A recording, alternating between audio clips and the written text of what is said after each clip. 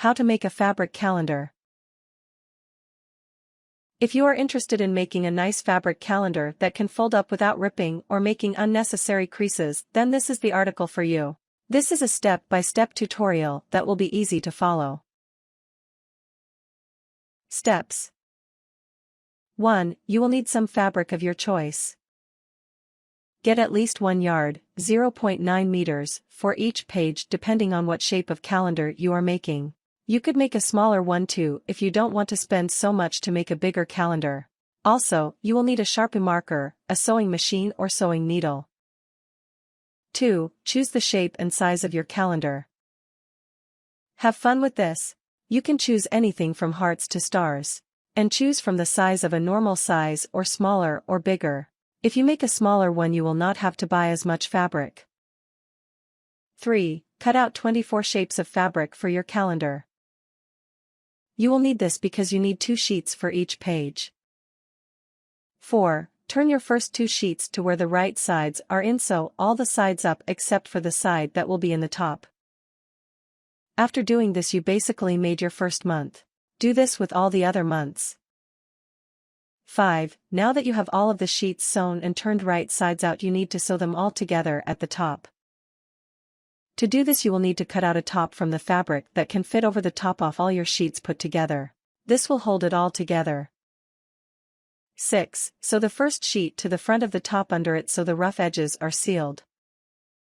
If you didn't know, you need to do the same to the top that you did to all the sheets by sewing 2 tops together right sides in, then turning it right side out. 7. Sew the back of the top to the back sheet. You still should have 10 sheets not sewn in yet.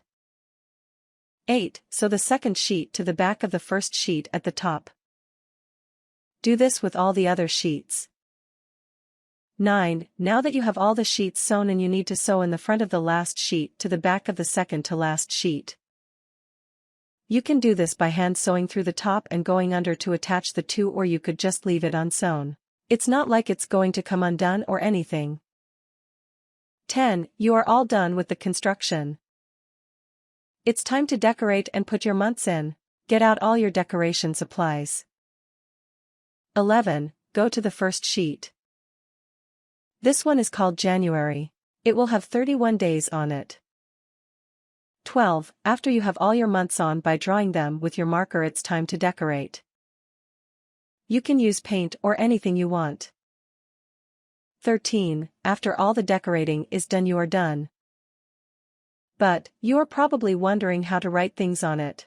Well, you can just write it on with marker, or you can take small pieces of white eraser board or white plastic that you can write on with dry erase markers.